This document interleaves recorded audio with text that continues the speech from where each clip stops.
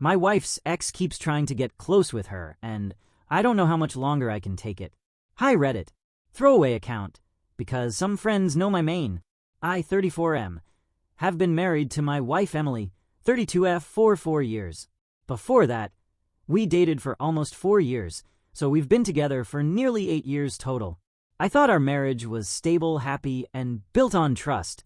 She's always been my best friend, my partner, the person I believed I'd spend my whole life with. But for the past several months, something has been gnawing at me. Something that's slowly eating away at my peace of mind. It all started about 6 months ago. Out of the blue, Emily's ex, Daniel, 35M, reached out to her. For context, Emily and Daniel dated for nearly 6 years before we ever met. From the pieces I've gathered over time, it was a very intense, very serious relationship. They even talked about marriage back then. But he cheated on her, more than once, and that was the breaking point. She left him, moved cities, and eventually met me. When we got together, she was upfront about her past. She said she'd healed, she was over him, and that she wanted a fresh start. I believed her completely. So when Daniel sent her a message on Facebook saying something like, "Hey Emily, I just wanted to reach out and say I'm sorry for how things ended. I heard you got married, congratulations. I hope life is treating you well." I didn't think much of it. She showed me the message immediately, almost casually, like it was no big deal. She said, "It feels weird that he messaged me, but I'm just going to say thanks and leave it at that." And that's exactly what she did. Thanks. I'm doing well. Hope you are too. I didn't see any harm in that. He was an old chapter in her life. She had no lingering feelings, or so I thought. She even rolled her eyes a little when she talked about him, like she was annoyed he'd even bothered to reach out. But then he kept messaging. At first it was harmless. Small talk. How have you been? How's work? Do you still live in the same city? Stuff you'd ask an old acquaintance. Emily didn't always respond. Sometimes she'd leave him on read. Sometimes she'd reply with one-word answers. Then he started bringing up old memories. Remember that trip we took to Lakewood? I still think about that sunset we saw on the dock. Or, I heard that song we used to dance to, and it made me smile. It made me uncomfortable, but Emily brushed it off. "He's just being nostalgic," she said. "It doesn't mean anything." Then the text started. Apparently, he still had her number saved from years ago. She hadn't changed it. So one night, she got a text out of nowhere. "Hey, it's Daniel. I hope it's okay that I texted. I just wanted to say it's really nice to know you're doing well. I've been thinking a lot about the past lately." Again, she told me about it. She said she was going to politely tell him she wasn't interested in reconnecting. She even typed out a message in front of me. "Hey Daniel, I appreciate the message, but I'm married and really happy, so I'd prefer if we didn't stay in contact. I wish you the best though." I remember feeling a wave of relief. But then he didn't stop. He replied with a long message about how much he regretted the way he treated her. How losing her was the biggest mistake of his life. How he'd changed. He even admitted he was divorced now. Apparently his marriage fell apart. And Emily didn't block him. She said she didn't want to be cruel, that she felt bad, because he seemed like he was going through a hard time. From there, the texts escalated. He started confessing more feelings. "I never stopped loving you. I still dream about you. I know you're married, but I can't help how I feel." I told Emily straight up, "This isn't okay. He's not just being friendly. He's clearly trying to worm his way back into your life. I don't like it." She told me she'd handle it, that I didn't need to worry, that I needed to trust her. Then February came, and things got worse. Daniel moved back to our city, permanently, and once he was nearby, he started asking her to meet up. Just for closure, he said. Just to apologize in person. I begged her not to. I said there was no need. But Emily, she's the kind of person who hates unfinished business. She told me she wanted to meet him once to get closure and finally put the past to rest. So she did. They met for coffee. She told me about it afterward, swearing it was nothing, that it was awkward, that he apologized again and tried to reminisce, but she shut it down. She said she left feeling even more sure she was over him. I wanted to believe that was the end. But then the meetups kept happening. Once turned into twice, twice turned into every now and then. She'd say things like, "Oh, I'm just grabbing coffee with a friend," or "I'm going to run some errands." I didn't always know where she really was, but I started noticing patterns. She started dressing nicer when she went out. She wore perfume she hadn't worn in years. She smiled at her phone more, but never told me why. When I walked into the room, she'd lock her screen. My gut started screaming at me. I confronted her again. "Emily, what's going on with you and Daniel? You keep meeting him. He keeps texting you, and I feel like I'm losing you." She got defensive, said I was overreacting, said she was just trying to be kind, that it meant nothing. Then last week happened. I came home early one day. She was sitting on the couch, completely absorbed in her phone, smiling. The second she saw me, she jumped, locked it, and shoved it under a pillow. "Who were you texting?" I asked. She hesitated. Then she said quietly, "It was Daniel." I asked what he wanted. She said he sent another emotional message saying he still loved her, that he was willing to fight for her. I asked how she responded. She told me she said, "I'm married. I love my husband. Please respect that." But if she told him that, why does he still think he has a chance? I told her I wanted her to block him completely. No more texts. No more meetups. She pushed back. Said I was trying to control who she talks to. Said she was being transparent with me, even though I've caught her hiding things. Said I was paranoid and insecure. I told her it wasn't about insecurity. It was about respect. She sighed, rolled her eyes, and said, "Fine, I'll block him." But deep down, I don't think she actually did. And now I'm sitting here, wondering if I'm crazy. I want to trust my wife. I want to believe she'd never betray me. But everything in my gut tells me something is wrong. That he's still in her life, in a way she's not telling me. I keep replaying things in my head. The way she hides her phone. The way her voice changes when she says his name. The way she doesn't smile at me like that anymore. I love Emily. I don't want to lose her. But I also don't want to sit back while some guy who cheated on her years ago slowly chips away at our marriage. So Reddit, what do I do? Am I being controlling? Should I just trust her and let it go? Or do I put my foot down and demand she cut him off completely, even if that risks pushing her further away? I'm terrified of the answer. Update 1. Hi again. First of all, thank you to everyone who commented on my original post. I read every single response, even the ones that hurt. A lot of you told me to trust my gut, that Daniel wasn't just some innocent old friend, and that my wife was either being naive or hiding something. I didn't want to believe that. I wanted to believe she was just being kind and that I was overthinking it. But after I posted, I realized I couldn't keep living in limbo. So I sat Emily down for a real conversation. No more beating around the bush. It was a Wednesday night. She'd just gotten home, late, from what she said was a work dinner. I was waiting for her in the living room. She walked in, surprised to see me sitting there in the dark.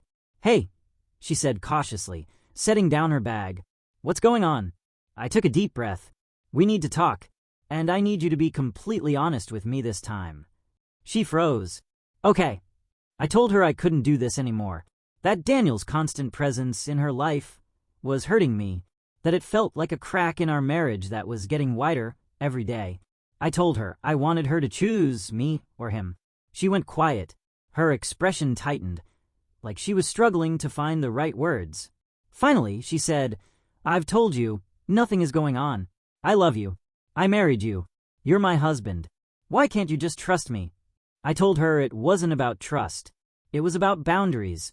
It wasn't normal or appropriate for an ex who clearly still has feelings for her to have this much access to her. I asked her point blank, if the roles were reversed, if an ex of mine was texting me late at night and asking to meet, would you be okay with that? She looked down, whispered, "No. So why is it okay for you?" I asked. She had no answer. After a long silence, she finally said, "You're right. I'll block him. I promise." She pulled out her phone right there, showed me his name, hit block contact, then deleted the entire conversation thread. She even let me check her recent calls. I felt an immediate rush of relief, like a weight had been lifted. For the next 2 weeks, things felt better. Emily seemed more present. She stopped hiding her phone. She even initiated more quality time with me. Movie nights, cooking together, going for walks. It felt like maybe we were reconnecting. I thought, okay, this is what marriage is supposed to feel like. We got through that rough patch. I wanted so badly to believe it was over. But then little things started creeping in again. She got a lot more busy. Working late, running errands that took longer than they should. Suddenly she was going out with friends I didn't know well, and she wouldn't always say who. Her phone habits changed too. She turned off her lock screen notifications, started leaving it face down. I noticed her smile at it sometimes, in this way that made my stomach twist. I told myself I was being paranoid. Then came last Friday. I was working from home that day, and Emily was supposed to meet a friend for lunch. About an hour after she left, I realized I needed something from her car. So I grabbed my keys and drove over to the cafe where she said she'd be, except she wasn't there. I even checked inside. No sign of her. When she came home later, she acted totally normal. Said lunch was great. Told me her friend, Jessica, was going through a breakup. I asked casually, "Oh, which cafe did you go to?" She hesitated. The one on Elm Street. Except the cafe on Elm Street had been closed for renovations for weeks. That night, I couldn't sleep. I just lay there next to her, staring at the ceiling, my gut churning. And then the thing I feared most happened. 2 days later, I picked up her phone without thinking. My own phone was dead, and I just needed to check the time. As soon as I touched hers, a text popped up on the lock screen from an unsaved number. "I can't stop thinking about you. Last night was perfect. When can I see you again?" I swear, my blood went cold. My hands started shaking. I opened the message thread. There were dozens of texts. "I miss you already. You're the most beautiful woman I've ever seen. He doesn't deserve you. Please don't back out this time. Meet me." My heart was pounding so hard I could barely breathe. When I scrolled up, I saw her replies. She was responding. She wasn't shutting it down. She was saying things like, "I don't know if this is a good idea. We shouldn't be doing this. I'm so confused right now." But she never said stop. She never said no. And the most damning one, from her, "I can't stop thinking about last time either." I just sat there staring at the screen, numb. When Emily walked into the room and saw me holding her phone, her face drained of color. "W, what are you doing?" she asked, voice trembling. I held up the phone. "Who is this?" She froze, opened her mouth, closed it. "It's Daniel, isn't it?" I said. She started crying. "It's not what it looks like." "Really?" I said. My voice cracked. "Because it looks exactly like what I've been afraid of all along." She tried to reach for the phone, but I pulled it back. "Tell me the truth," I said. "Right now. Are you cheating on me?" She shook her head furiously. "No. I swear, I haven't. We met for coffee a couple times, but nothing else happened. I was just confused. I didn't know how to tell you he kept contacting me after I blocked him." I stared at her. "What about last night was perfect? What about I can't stop thinking about last time?" Her eyes filled with tears. "It was just a kiss," she whispered. "Just a kiss." I wanted to scream, to cry, to hit something. But instead I just sat there in silence, feeling my whole world collapse. She started sobbing, saying, "It was a mistake. I was weak. I didn't mean for it to happen." I asked her why. Why would she do this to me? To us? She said, "Seeing him brought back old feelings I didn't even realize I still had. But it doesn't matter, because I love you. I chose you. I want you." I couldn't even look at her. I grabbed a bag and left. I've been staying with a friend ever since. Emily's been blowing up my phone, texts, calls, voicemails, begging me to come home, promising she'll cut Daniel off for good, saying she'll do counseling, saying it was just a moment of weakness, and it won't happen again. But here's the thing I can't shake. If I hadn't caught that text, would she have ever told me? And if it was just a kiss, why was he texting her about how perfect last night was? I don't know what to do. Part of me still loves her. Part of me wants to believe her when she says it was a one-time mistake. But another part of me knows she's already crossed a line that can't be uncrossed. I haven't decided if I'm going back yet, but I can feel it in my gut. This isn't the whole truth. Update 2. I honestly didn't think I'd be writing this. I thought the last update would be the end, that either Emily and I would work through it, or I'd quietly move on. But things didn't just unravel, they imploded. After I posted the update, I stayed at my friend Mark's place for about a week.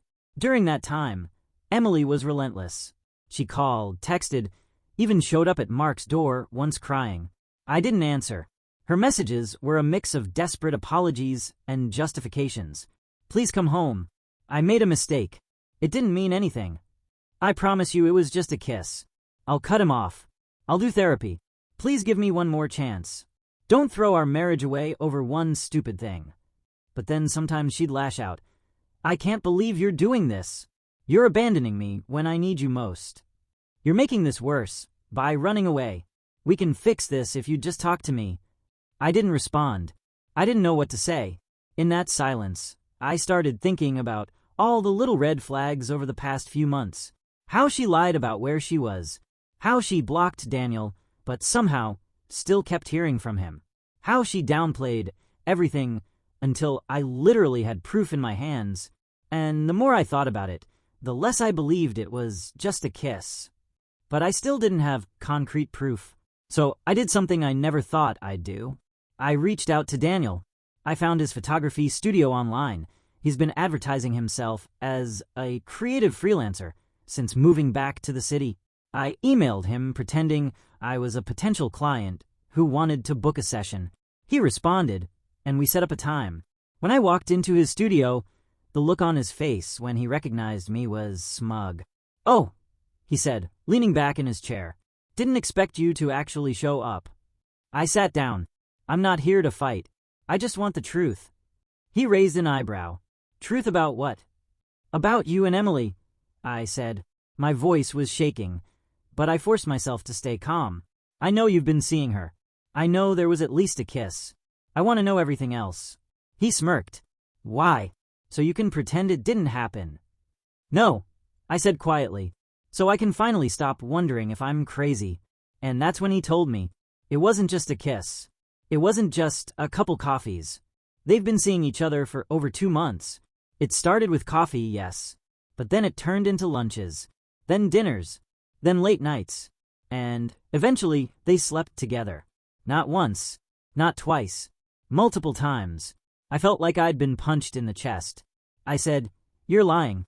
She told me it was just a kiss. He laughed. Actually laughed. "Of course she told you that," he said. "She didn't want to lose her safety net." I wanted to hit him, but I just sat there frozen. And then he pulled out his phone. "Want proof?" he asked. He showed me screenshots, text messages, photos, even videos. There she was, my wife, in his bed, in lingerie I'd never seen before, smiling at the camera. I couldn't breathe. Daniel leaned back, looking satisfied. "She told me she still loved me, that she regretted marrying you, that she felt trapped. She said she was going to figure out how to leave you, but she needed time." I don't even remember leaving the studio. I just remember stumbling outside, throwing up in the parking lot, and sitting in my car for what felt like hours. When I finally got back to Mark's place, I didn't cry. I didn't scream. I just felt hollow. The next morning, I went home. Emily was there, waiting. She ran to me, tears streaming down her face. "Oh my God, thank you for coming home. I've been so worried. Stop," I said. My voice was dead. She froze. "I talked to Daniel," I said. "I know everything." Her face went pale. What do you mean?" I said, "I know you've been sleeping with him for months. I've seen the messages, the photos, the videos." She actually collapsed onto the floor, sobbing. "I didn't mean for it to happen. It just happened. I was confused. I didn't know how to stop." "Stop," I said, my voice breaking. "You had months to stop." She crawled toward me, grabbing my hands. Please, I love you. I don't love him. It was a mistake. I was weak. I swear it didn't mean anything." I pulled my hands away. "You told him you still loved him," I said. You told him you regretted marrying me. You told him you were going to leave me. She shook her head violently. I didn't mean it. I didn't know what I was saying. He manipulated me. No, I said. You made a choice. She broke down completely. Please. I'll go to therapy. I'll cut him off forever. I'll do anything. Just don't leave me. But it was too late. I told her to pack a bag. She begged. She screamed. She tried to cling to me. But I just stood there, numb, while she stuffed clothes into a suitcase. I filed for divorce the next day. And here's the kicker.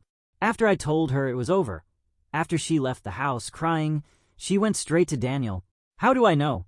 Because a mutual friend sent me a screenshot of her Instagram 2 days later.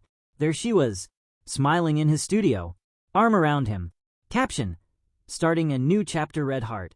And on his profile, a photo of 2 wine glasses clinking, the same charm I gave her for our anniversary hanging from hers. So yeah, they're together now, posting photos like there's some epic love story. Meanwhile, I'm sitting here with the pieces of what used to be my life. I'm angry. I'm heartbroken. I feel humiliated. But I also feel free. Because at least now I know. At least I don't have to keep wondering, keep doubting my own instincts, keep begging someone to respect me. I've started therapy. I'm moving out of our house next week. I'm focusing on myself for the first time in years. And if you're reading this, and you ever find yourself in a similar situation, where your gut is screaming that something is wrong, but you keep second-guessing yourself, listen to your gut, because I wish I had.